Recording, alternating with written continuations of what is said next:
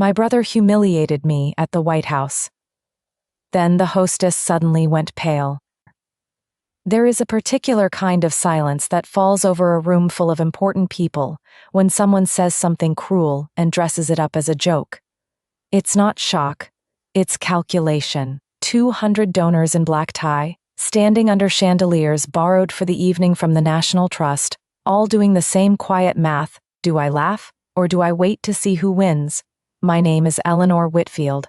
I'm 34 years old, and 6 months ago I was standing in the East Room of a private benefactor's reception hosted by the White House Historical Association, holding a glass of champagne I hadn't touched, while my older brother Marcus told 400 years of combined social capital that I had spent our late father's final year forging his signature. My sister, he said, raising his glass toward me with a smile so warm you'd have needed a thermometer to know it was fake, has always taken what wasn't hers. He said it like a toast. People laughed, because laughing felt safer than the alternative, and somewhere behind me, I heard my name repeated in a whisper, passed hand to hand like a rumor that had been waiting its whole life for permission. I didn't set my glass down. I didn't cry. I looked at my brother, at the tan he'd gotten in Palm Beach 3 weeks after our father's funeral, and I felt something settle in me, cold and certain, like a door closing somewhere far away. He thinks he's already won. That was the thought. Not fear, not humiliation. Just that one clean, quiet certainty. He has no idea what's coming. What he didn't know, what almost no one in that room knew, was that the woman standing near the doorway in a navy dress, the event's hostess, the White House Historical Association's Director of Donor Relations, a composed 50-something named Catherine Voss, who had spent the evening smiling and refilling flutes and steering senators toward the silent auction table, had just heard my full name for the first time out loud. And I watched her go pale. She knew something. And in that moment, I didn't yet know what. But I would. Let me back up, because none of this makes sense without the year that came before it. My father, Walter Whitfield, died 11 months before that reception. Heart, sudden, in his study, surrounded by the awards and photographs of a man who had built a scholarship foundation out of a small architecture firm and 40 years of stubbornness. He was 71.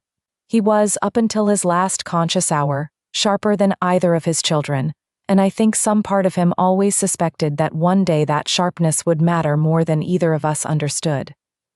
3 weeks after the funeral, Marcus filed a probate challenge. The claim was specific, and it was designed to hurt, that in the final year of our father's life, while I was the one who moved back into the guest room of his house to manage his medications and his doctors, and the slow unraveling of a man who used to run 6 miles before breakfast, I had used that access to alter estate documents in my favor, that a signature on an amended trust, dated 4 months before his death, wasn't his, that I had isolated him from his own son and rewritten the family's future while everyone's back was turned. It wasn't just money, though the money was substantial. The foundation's endowment, the house, a controlling interest in what remained of the firm. It was reputation. Marcus didn't just want the estate, he wanted the story. He wanted everyone who'd ever shaken my father's hand at a gala to believe that the quiet daughter had turned predator the moment the old man got weak. I remember sitting across from my attorney, Priya Chandra, 3 days after I was served, watching her read the filing twice before she said anything. "He's not just suing you," she said. "He's building a narrative. Isolation, undue influence, forged signature. That's not a financial claim, Eleanor. That's a character assassination with a docket number." She looked up. "Did you forge anything?" "No." "Then we're going to be fine. But I need you to understand something about how this works, and you're not going to like it." I didn't. We say nothing publicly. We don't correct him at dinners. We don't post. We don't call relatives to explain ourselves. We don't even raise our voice in a deposition. Every single thing your brother says under oath, on the record, in front of witnesses, before we produce a shred of our own evidence, every one of those statements becomes a rope. And people who lie confidently early tend to keep pulling on that rope until it's wrapped all the way around their own neck. You want me to just let him say these things about me? I want him to say all of them, publicly, if he's foolish enough. Every accusation he makes before he's seen our evidence is a commitment he can't take back later. The moment we reveal what we have, it doesn't just prove you're innocent. It proves he knew, or should have known, and lied anyway. That's the difference between losing a case and being destroyed by one. It went against every instinct I had. I wanted to stand in the middle of that first family gathering after the funeral and tell my aunt, my cousins, the man from the firm who'd known me since I was 9, that none of it was true. But Priya was right about one thing I couldn't argue with. I hadn't done anything.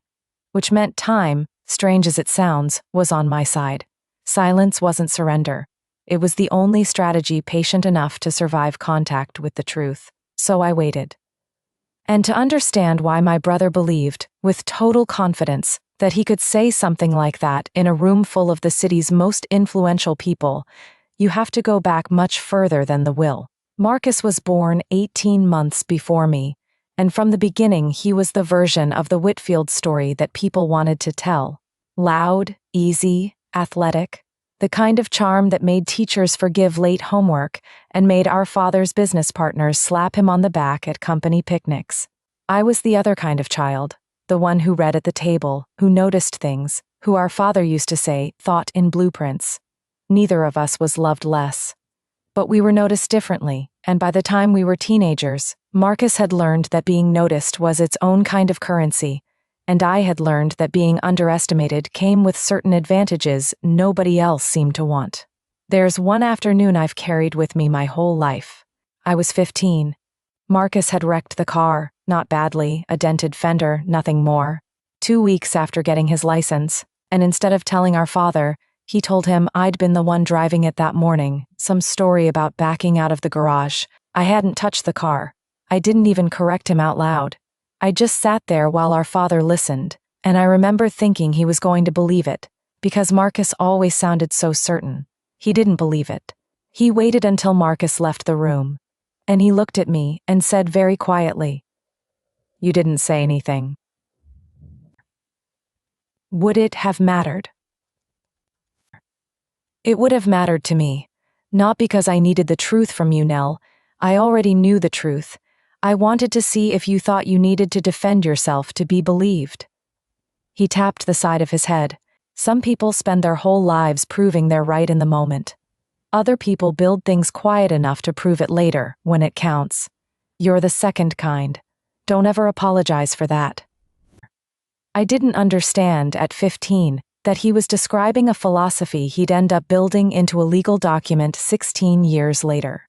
I just knew that my father saw me in a way that didn't require me to perform anything. And I knew, even then, watching Marcus charm his way out of consequences at every turn, that my father was quietly keeping score in a ledger none of the rest of us could see. There's a smaller memory that sits next to that one I didn't think mattered until much later. Our father had a habit, every autumn, of taking each of us separately to walk the grounds of the old firm building downtown, the one he'd bought with a business partner in his 30s and later bought out entirely. With Marcus, those walks were about the view from the top floor, the corner office, the plaques in the lobby. With me, he'd stop at the mechanical room in the basement, the boiler nobody ever saw, and tell me that a building only stands because of the parts nobody applauds. I was maybe 12 the first time he said it. I didn't understand it as advice about anything except architecture until I was standing in a courtroom 22 years later, watching a hidden addendum do exactly the job it was built for. The evidence, once Priya's team started pulling threads, came slowly and then all at once. First, it was a wire transfer, $340,000, moved out of the foundation's discretionary account 4 months before our father died, routed through an LLC registered to an address that turned out to be a UPS store 2 blocks from Marcus's apartment. He'd told the estate's accountant it was a vendor payment for a capital campaign consultancy. There was no consultancy. There was no campaign. Then it was the signature. Priya brought in a forensic document examiner, a quiet, precise man named Dr. Okafor, who spent 2 weeks with a loupe and a light table before he told us, flatly, that the amended trust Marcus was relying on, the one that supposedly cut my share and named him sole trustee, had a signature with pen lift patterns inconsistent with every verified sample of our father's handwriting going back 30 years. Someone had traced it, slowly, carefully. Someone patient. There was a third find before that, one that made Priya go quiet at her desk for almost a full minute. Buried in the Foundation's server backups was an edited version of a scanned document. Metadata showing it had been opened, resaved, and printed on a home inkjet printer registered to Marcus's apartment 4 days before the amended trust was first produced to the estate's accountant. Whoever built that document hadn't just forged a signature. They'd rebuilt an entire page from scratch, matching our father's letterhead font by eye, close enough to fool a casual reader and nowhere close to fooling a man with a light table and 30 years of comparison samples. Then came the strangest piece. Marcus, it turned out, had hired his own private investigator 8 months before he ever filed suit, not to investigate me, but to search the house, quietly, for a second document he apparently believed existed. I remember the day Priya's paralegal found the invoice buried in a batch of subpoenaed records, 3 site visits, a locksmith consultation for the old safe in the study, and a line item that simply read, "Search of personal effects, no results." The investigator's own report, which surfaced through the same subpoena, stated plainly that no additional trust documents or safety deposit records were found. I remember reading that line and feeling something click into place. "He searched for it and didn't find it," I said to Priya, "because he was looking for something meant to stay hidden until it mattered." "That's exactly what I think happened," she said. "He built his entire legal strategy around the absence of evidence. He's betting the house that whatever your father hid well enough that a private investigator couldn't find it in a week. That's not a strategy, Eleanor. That's a man hoping a locked door means an empty room." We found the locked room 3 weeks later, and we found it because of a woman named Rosa Delgado. Rosa had worked for our father for 11 years, first as a part-time housekeeper, then, in his final 2 years, as the person who was there more hours than either of his children, managing his medications, sitting with him during the long afternoons when his heart specialist had him mostly homebound. Marcus had never really looked at her. I don't think he knew her last name. I did. I'd made her coffee 100 times during that final year. And when Priya's investigator found her and asked, gently, whether she remembered anything unusual from those months, Rosa didn't hesitate. "He knew," she told us, sitting in Priya's conference room, with her hands folded tightly in her lap, like she'd been waiting a long time for someone to ask. "Mr. Whitfield knew his son was going to try something.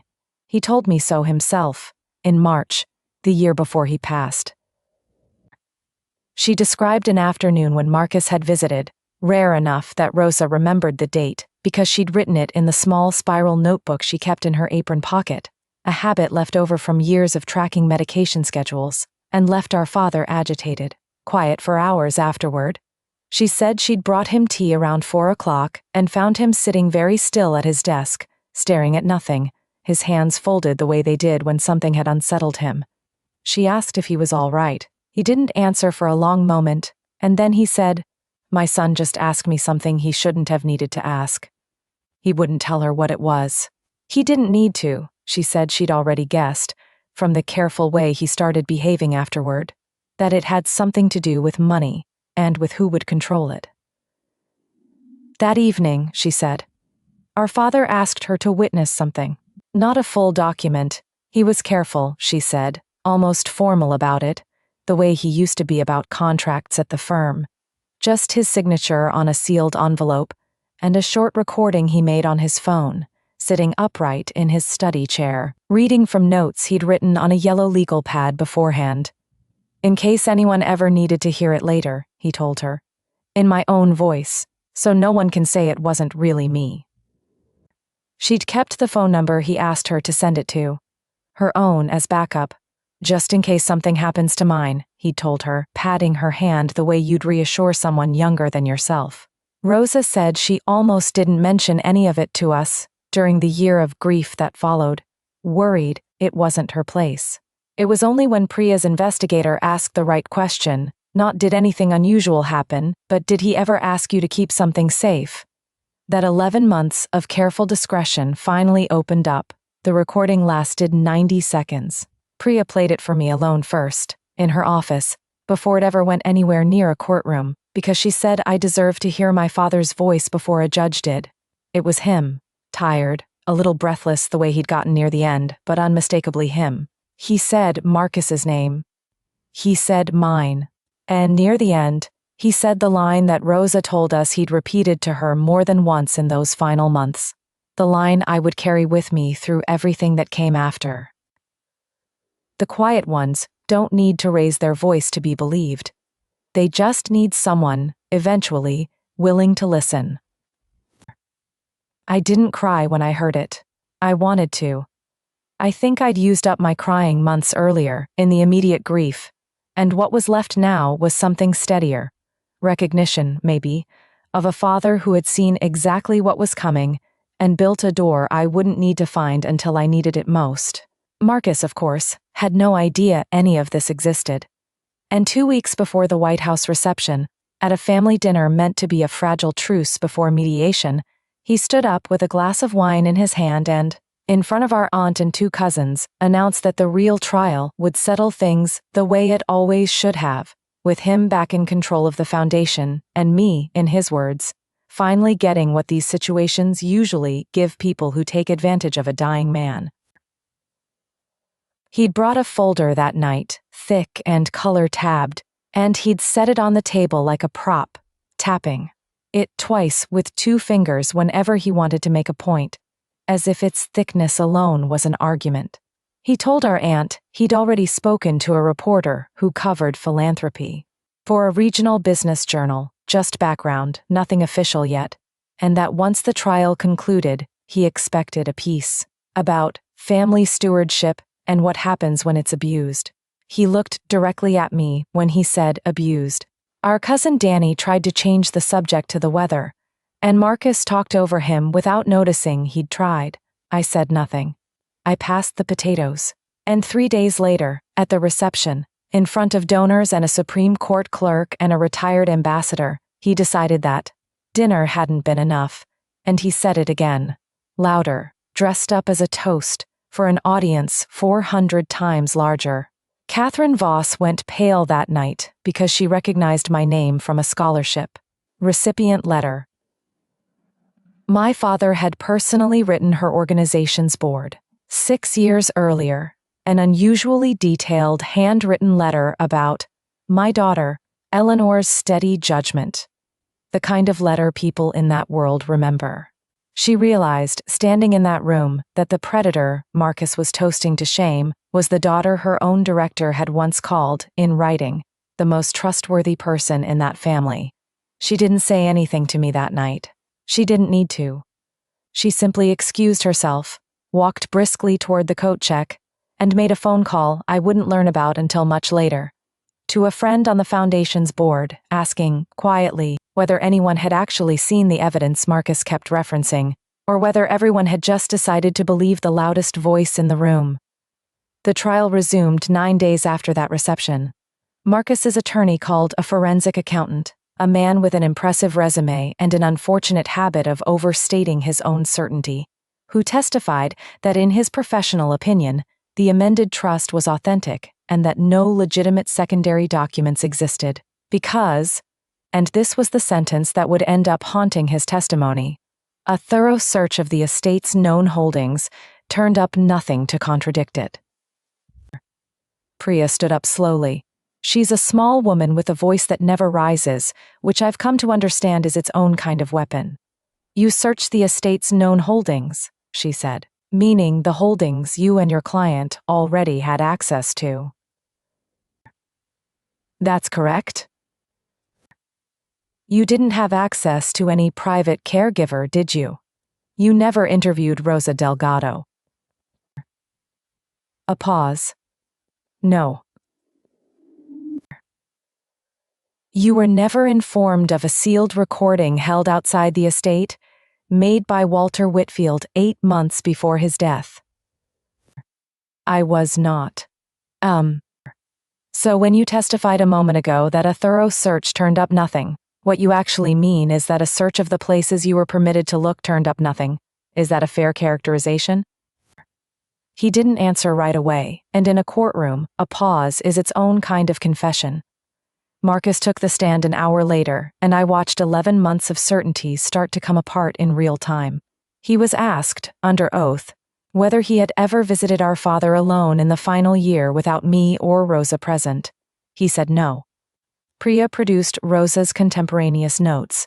She'd kept a small notebook, dates and visitors, a habit from her years of caregiving, showing 4 visits he denied under oath, including the March afternoon that left our father shaken enough to make a sealed recording that same evening. He was asked whether he had hired a private investigator to search the house. He hesitated, then admitted it, then was asked why, if he believed no such documents existed, he had spent $11,000 looking for them 8 months before he ever filed a legal claim. He didn't have an answer that didn't sound like exactly what it was. The recording was formally entered into evidence the following week, authenticated by an audio forensics expert and corroborated by Rosa's sworn testimony and the notarized envelope our father had sealed the same night. The courtroom was quiet in that particular way I remembered from the reception. Except this time, the silence wasn't calculating, it was recognition. The judge asked for the recording to be played in full, and I sat and listened to my father's voice fill a room built for arguments, saying my name the way he always had, without hesitation, without needing to raise his voice to be believed. I remember the specific sound the courtroom made when the recording ended, not silence exactly, but the collective exhale of 40 people who had all been holding their breath without noticing. The judge, a woman with silver hair and a habit of taking notes without looking down at the page, set her pen down entirely. Opposing counsel didn't object. There was nothing left to object to. At the end of it, the sealed envelope was opened and read into the record. Inside was a single handwritten page, an addendum my father had drafted with his estate attorney, a man Marcus never thought to investigate because he assumed, wrongly, that a semi-retired small firm lawyer named Everett Kim wasn't worth the effort. The addendum confirmed the original unaltered trust terms, explicitly named me as trustee of the foundation, and included a clause, unusual, deliberate, requiring forensic authentication of any future amendment before it could be considered valid. He had built, in plain language, a lock designed for exactly the day it was used. The final line of the addendum, in his own handwriting, read simply, "If you are hearing this read aloud, it means someone doubted my daughter, and I am no longer here to say otherwise myself. Believe her anyway." The judge asked Marcus to explain, one final time, the origin of the amended signature. He said he'd been given the document by an associate handling the estate's paperwork, and when asked to name that associate, he said he didn't recall specifically. Opposing counsel, his own, visibly winced. It's a particular kind of collapse, watching someone realize in real time that the story they've told so many times they'd started to believe it themselves has no floor underneath it. I was given the chance to speak, briefly, before the judge issued findings. I didn't raise my voice. I didn't need to. My brother has spent almost a year telling people I took something from our father, I said. I didn't take anything, I stayed. That's the whole difference between us, and I think, somewhere, he's always known that. Marcus didn't look at me. The court found the amended trust fraudulent, ordered restitution of the diverted funds plus interest, removed Marcus permanently from any role with the foundation, and referred the forged signature to the district attorney's office for further review. He would, 8 months later, accept a plea agreement rather than face a criminal forgery trial, probation, a formal public retraction filed with the foundation's board, and restitution paid in full within 18 months. He called me once, afterward, not to apologize, but to ask, almost bewildered, why I hadn't warned him, hadn't told him what I had before it went this far. "Would you have believed me?" I asked. Silence on the line. "I didn't think so," I said. "I wasn't protecting a secret, Marcus. I was letting you finish a sentence you started 11 months ago at that dinner table. I just wanted you to say the whole thing, in front of everyone who'd eventually need to hear how it ended." He hung up. We haven't spoken since, beyond what our attorneys require. 6 weeks after the ruling, I drove out to the house, my house now, in every sense that mattered, and let myself into the study where my father used to sit with his 6 a.m. coffee, going over blueprints long after he'd technically retired. Rosa had kept the room exactly as it was. I think some part of her understood I'd need it that way. In the bottom drawer of his desk, beneath a stack of old firm letterhead, I found one more envelope, unsealed, unaddressed, in his handwriting, clearly written for whichever version of this ending actually arrived. Nell, it read, if you're reading this, it means the quiet approach worked and you did the harder thing, which was waiting. I know it cost you, it always does. But the house is still standing, and so are you, and that was always the whole point. The loudest voice in a room is rarely the one telling the truth. You never needed to be loud. You needed people willing, eventually, to listen. Now they have. Dad. I sat with that letter for a long time before I put it away. What this year cost me isn't something a courtroom can total up the way it did the money. It cost me a brother, in any real sense of the word, and a version of my family I'll never quite get back. But it clarified something too, something I don't think I'd have understood without going through it. That restraint isn't the absence of strength. Sometimes it's the most disciplined form strength takes. So here's what I actually want to know, and I mean this. Tell me in the comments. Do you think there's any version of Marcus and me that finds our way back to something resembling a relationship, or is this the kind of rupture that just doesn't heal, no matter how much time passes? And where are you watching this from tonight? I read every single comment, and I'm always curious how far these stories travel. If this one held your attention the way I hope it did, stay close. There's another story I've been wanting to tell you, and I think you're going to want to hear how it ends too.